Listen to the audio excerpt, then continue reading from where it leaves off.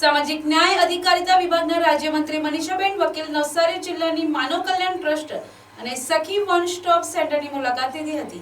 સાથે જ મમતા મંદિરના મૂક બધિર અને મનોદિવ્યાંગ બાળકો સાથે સાંકેતિક ભાષા દ્વારા સંવેદનશીલ સંવાદ સાધ્યો હતો। મહિલા અને બાળ કલ્યાણ તથા સામાજિક ન્યાય અધિકારીતા વિભાગના રાજ્યમંત્રી શ્રી મનીષાબેન વકીલે માનવ કલ્યાણ ટ્રસ્ટ સંચાલિત મૂક બધિર અને મનોદિવ્યાંગ બાળકોની વિવિધલક્ષી વિદ્યાલયની મુલાકાત લઈ ત્યાં બાળકો માટે અપાતી વિશેષ શિક્ષણ પદ્ધતિઓ તથા સેવાઓ નિહાળી ટ્રસ્ટના સંચાલકો પાસેથી માહિતી મેળવી હતી।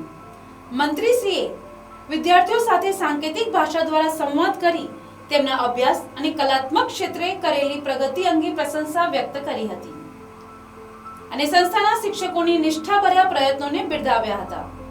વધુમાં મંત્રી શ્રી મનીષાબેન વકીલે તેમણે ઉચ્ચ અભ્યાસ અને કુશળતા વિકાસ દ્વારા ખાસ જરૂરિયાત ધરાવતા વિદ્યાર્થીઓને આત્મવિશ્વાસ અને સ્વાવલંબન તરફ દોરી જવાની કામગીરીની સરાહના કરી હતી।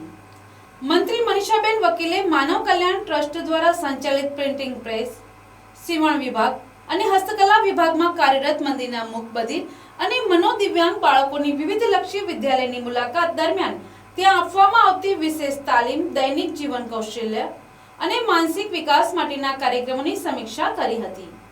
મંત્રી મનીષાબેન વકીલે ત્યારબાદ નવસારી સિવિલ હોસ્પિટલ કેમ્પસમાં આવેલા સખી વન સ્ટોપ સેન્ટરની મુલાકાત લઈ મહિલાઓને મળતી કાનૂની, તબીબી, માનસિક સલાહ અને પુનઃસ્થાપન સેવાઓની વિસ્તૃત વિગતવાર માહિતી નવસારી જિલ્લા કલેક્ટર ક્ષિપ્રા અગ્નેએ આપી હતી।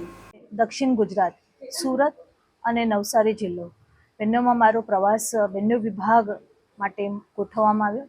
આજે ઘણી આંગણવાડીઓ સાથે સાથે સખી વન સ્ટોપ સેન્ટર અને નવસારી ખાતે આવી છું ત્યારે મમતા ફાઉન્ડેશનમાં સ્પેશિયલી ડેફ ને ડમ્બ બાળકો માટે જે કામગીરી આ સંસ્થા કરી રહી છે આટલા વર્ષોથી અને ખૂબ સારી રીતે જેવું એક સામાન્ય વર્ગમાં છોકરાઓ ભણતા હોય એવી જ રીતે ક્લાસરૂમમાં બેસાડીને આ લોકોને શીખવાડવામાં આવે છે અને કાલ માટે તૈયાર કરી રહ્યા છે। ખૂબ મોટો પરિશ્રમ છે આમાં। દરેકે પોતાના ટીચર્સ પણ પોતાનું જેટલું યોગદાન હોય આપી શકે છે અને બાળકોને તૈયાર કરી રહ્યા છે।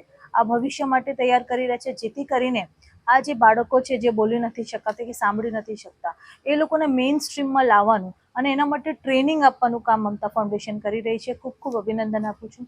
સાથે આજે નવસારી સિવિલ હોસ્પિટલમાં સખી વન સ્ટોપ સેન્ટરનું પણ હું આજે એક પ્રવાસ કરેલો છે અને ત્યાં જે બહેનોને કોઈકના કારણસર છોડી દેવામાં આવેલા હોય કે કંઈક એવો બનાવ બન્યો હોય એમની જિંદગીમાં અને એવા લોકો જ્યારે આ સિવિલ હોસ્પિટલમાં આ સખી વન સ્ટોપ સેન્ટરના યોજના અંતર્ગત રોકાવામાં આવ્યા છે એમને પણ મળવાનું થયું છે। સાથે સાથે આજે સુરત જિલ્લામાં પણ કામરેજ ખાતે નારી સંરક્ષણ ગૃહમાં ખાસ કરીને 11 બહેનોને હું મળી જે ક્યાંક ઓર્ફેન્જ હોય, અનાથ હોય કાં તો એવા બાળકો પણ હતા જે કોઈ જગ્યા પર ભીખ માંગતા હોય અને એમને લાઈફમાં પાછું એક સારી લાઈફ જીવી શકે એના માટે થઈને પણ અમુક સંસ્થાઓ ખૂબ સારું કામ કરી રહી છે અને એમનું સારું જીવન નીકળે અને આગળ ભવિષ્ય બને એના માટેની કામગીરી રહી છે। ખૂબ આનંદ થયો છે દક્ષિણ ગુજરાતમાં આવીને અને રોહિત સમાજ દ્વારા જે ખૂબ સુંદર કાર્યક્રમ અને સન્માનનું કરવામાં આવ્યું છે એના માટે સમાજના લોકોનો આભાર વ્યક્ત કરું છું। Bureau report NTC news Navsari.